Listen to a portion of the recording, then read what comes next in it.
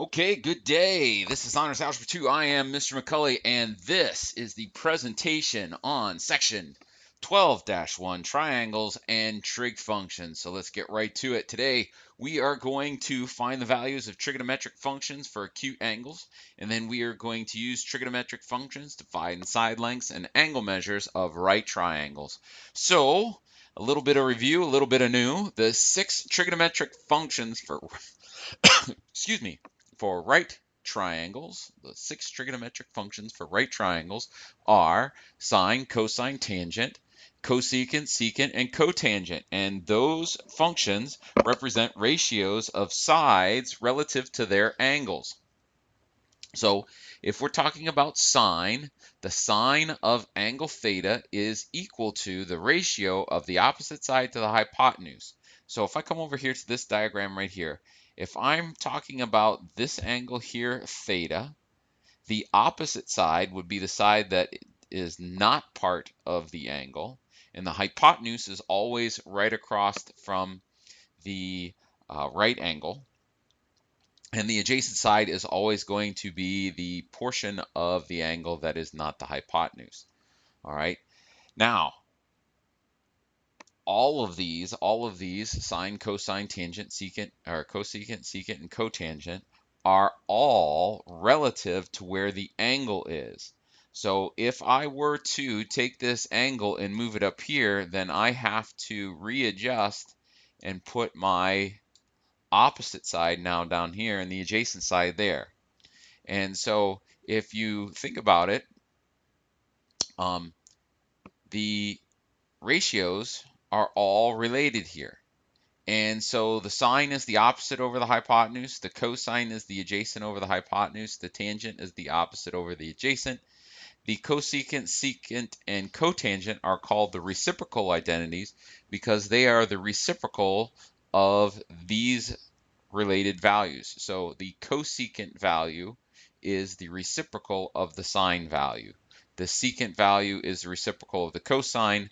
The cotangent is the reciprocal of the tangent.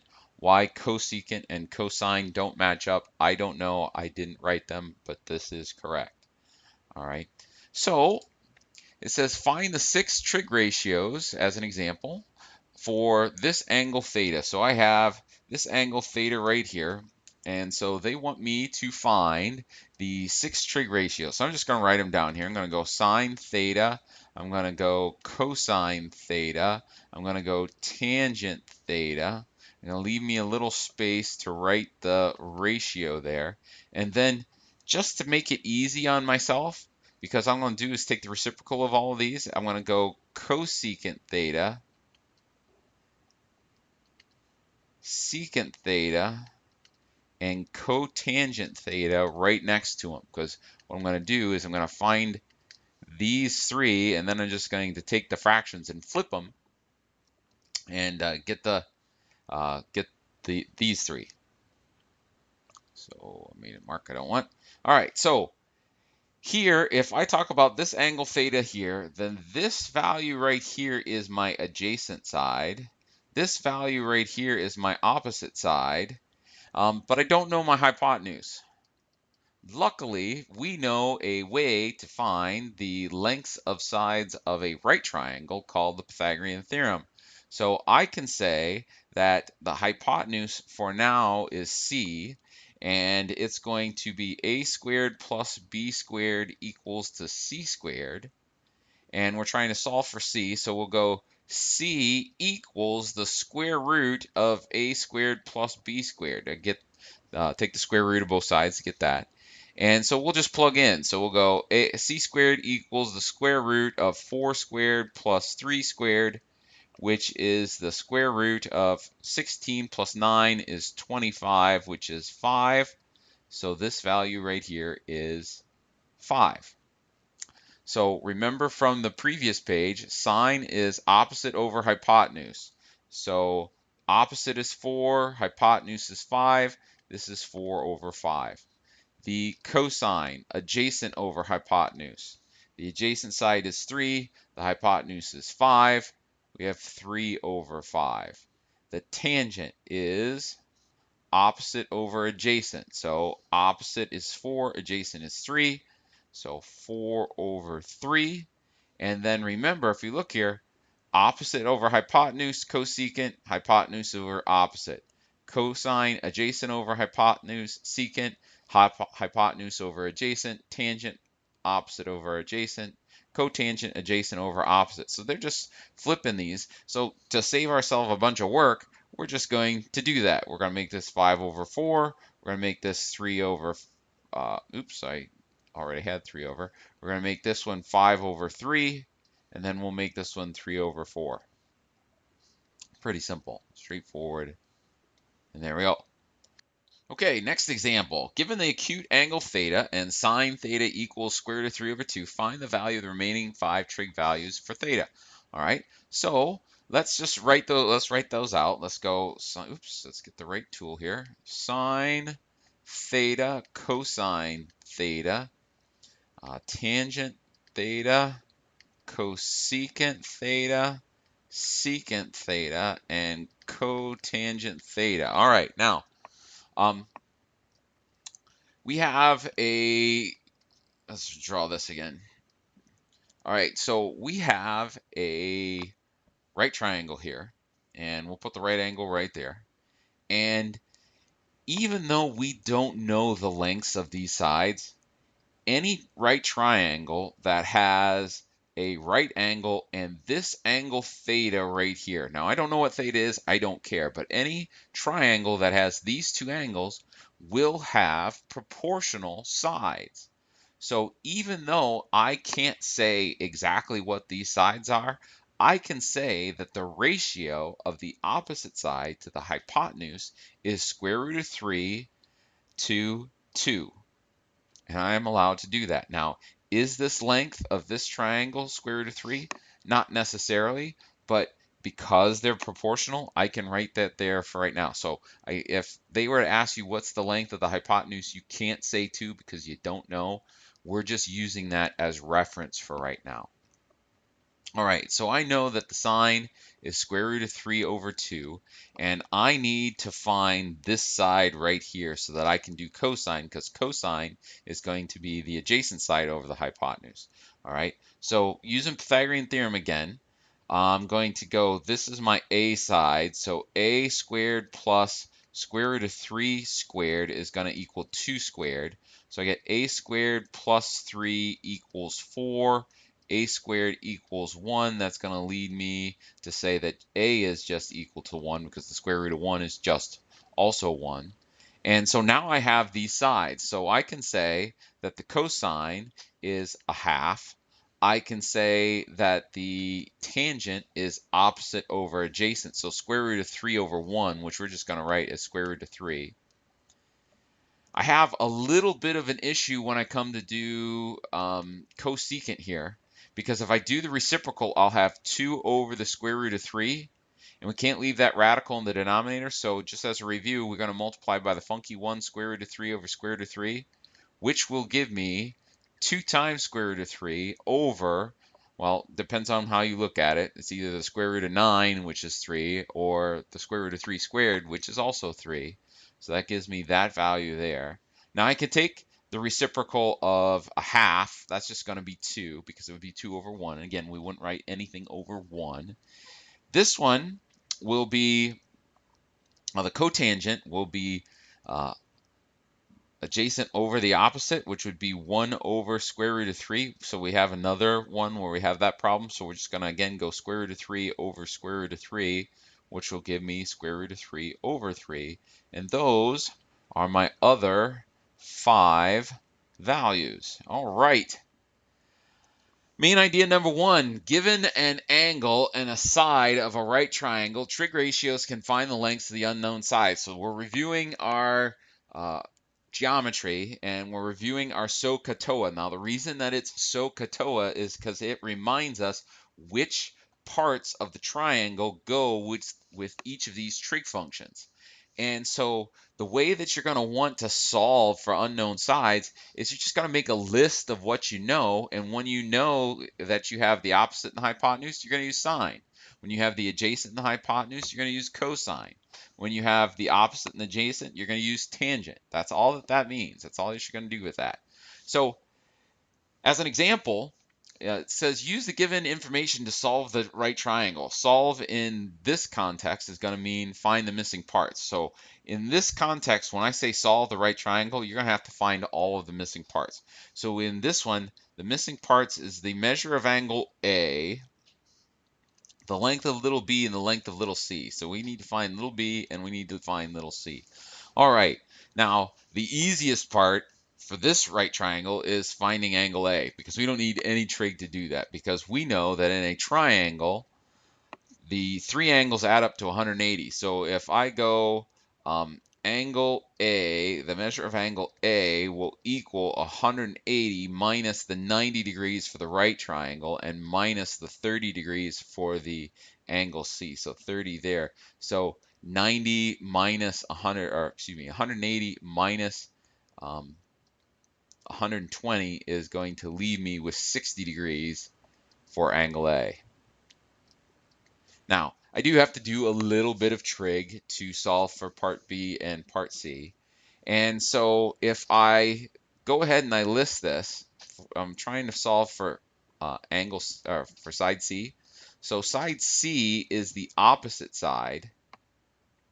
The value that I know, 5, that's the adjacent side.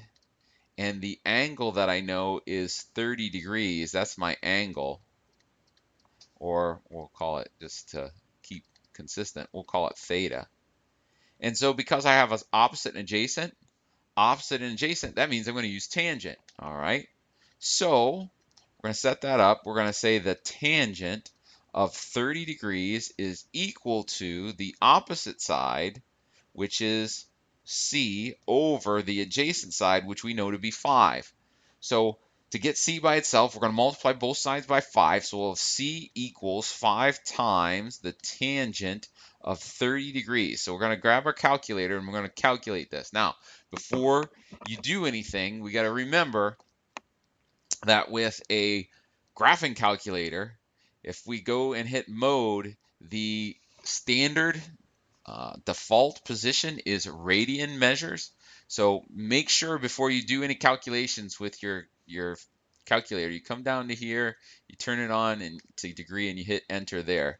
And now we can go 5 times the tangent of 30, and we can say that that is 2.887. So little c is 2.887. We'll put that there. All right. Now, let's say I want to find little b. Now, b is the hypotenuse. So if I want to find b, we'll do the same thing. We'll say b is the hypotenuse. We'll say that 5 is still the adjacent side. And we will say that the 30 degrees is still my theta. All right. So if I have hypotenuse and adjacent, I come back here, hypotenuse adjacent, I'm going to use cosine. All right. So the cosine of 30 degrees is going to equal 5 over b, all right, because it's adjacent over the hypotenuse.